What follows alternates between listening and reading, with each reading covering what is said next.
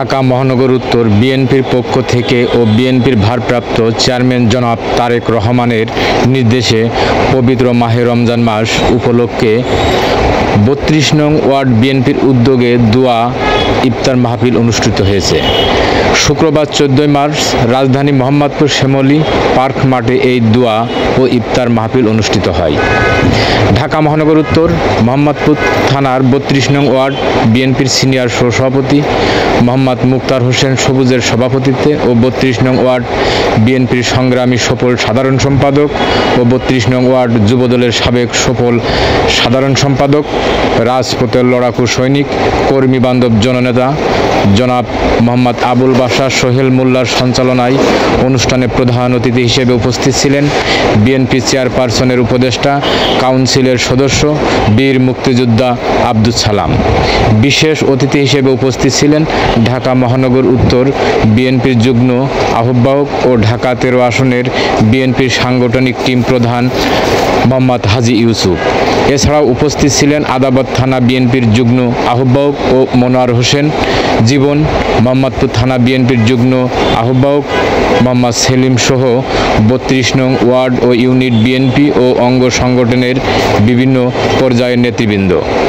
দোয়া ও ইফতার মাহফিল অনুষ্ঠানে শহীদ প্রেসিডেন্ট জিয়াউর রহমানের আত্মার মাগফিরাত কামনা ও বিএনপি চেয়ারপারসন বেগম খালেদা জিয়ার রোগ মুক্তি ও সুস্বাস্থ্য কামনা করে মোনাজাত করা হয়। এছাড়াও বিএনপির ভারপ্রাপ্ত চেয়ারম্যান জনাব তারেক রহমানের নেতৃত্বে যেন সুখী সমৃদ্ধের একটি বাংলাদেশ গড়ে ওঠে সেজন্য দোয়া করা হয়। এ সময় বীর মুক্তিযোদ্ধা আব্দুল সালাম বলেন, আমি এখন থেকেই আপনাদের অনুরোধ করব প্রতিটি এলাকায় প্রতিটি পাড়া মহল্লায় গিয়ে নির্বাচনের প্রচার শুরু করুন। ধানের শীষ মার্কায় ভোট চাই, খালেদা জিয়ার মার্কা ধানের শীষ মার্কা, তারেক রহমানের মার্কা ধানের শীষ মার্কা। জনগণের সমর্থ ও ভালোবাসা নিয়ে নির্বাচনে জয়লাভ করতে হবে ইনশাল্লাহ। বিস্তারিত দেখুন বাংলাদেশ ডেস্ক রিপোর্টে। আমি এখন থেকে অনুরোধ করব যে আপনাদের নির্বাচনের প্রস্তুতি নিতে হবে। প্রতিটি এলাকায় প্রতিটি মহল্লায় মহল্লায় এখন থেকে প্রচার করতে হবে যে আমরা ধানের শীষে ভোট চাই। খালেদা জিয়ার মার্কা ধানের শীষ, তারেক রহমানের মার্কা ধানের শীষ, সালাম ভাইয়ের মার্কা ধানের শীষ। কি কথা ঠিক আছে আপনাদের? এখন থেকে নির্বাচন শুরু। ইনশাল্লাহ আমাদের নির্বাচনে জয়লাভ করতে হবে।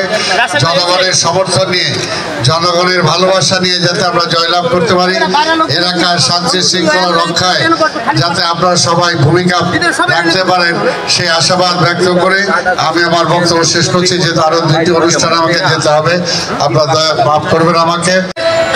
প্রধান অতিথি, প্রধান ঢাকা মহানগর উত্তর বিএনপির সংগ্রামে উন্নতম ঢাকা ১৩ আসনের টিম প্রধান, সারা বাংলাদেশে এক সময় যে যুবদের নেতৃত্ব দিয়ে আসছিলেন, যার পিছনে দীর্ঘদিন আমরা নেতৃত্ব দিয়ে আসছে যুবদল, সে ভাই আমাদের নেতা জনাব হাজী ইউসুফ ভাই, তাকে সংক্ষিপ্ত বক্তব্য রাখার জন্য অনুরোধ জানাচ্ছি।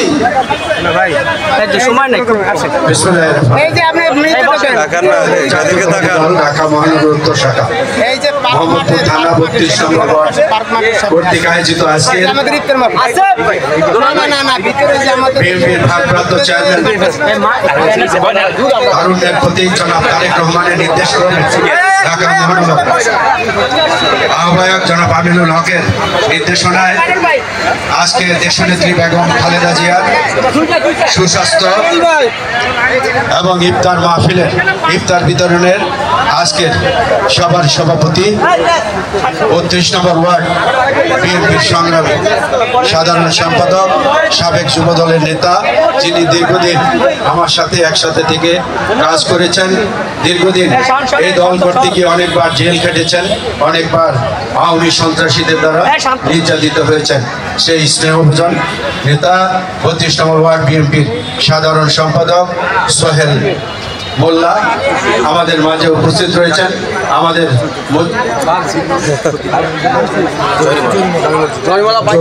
মহল্লা জামে মসজিদের খতিব আমাদের মাঝে উপস্থিত রয়েছেন।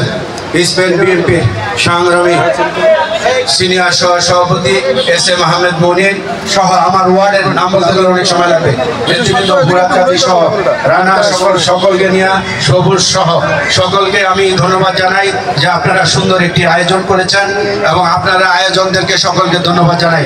আমরা ইনশাল্লাহ আগামী দিনে যাতে আরো সুন্দরভাবে মানুষের মাঝে, সাধারণ মানুষের মাঝে এভাবে আমরা নিজেদেরকে আত্মসমর্পণ করতে পারি এবং আমরা সাধারণ মানুষকে নিয়ে যেন সবসময় এইভাবেই প্রোগ্রাম করতে পারি, মানুষের পাশে দাঁড়াতে পারি, এই আশা ব্যক্ত করে আজকে আমার সংক্ষিপ্ত বক্তব্য শেষ করব।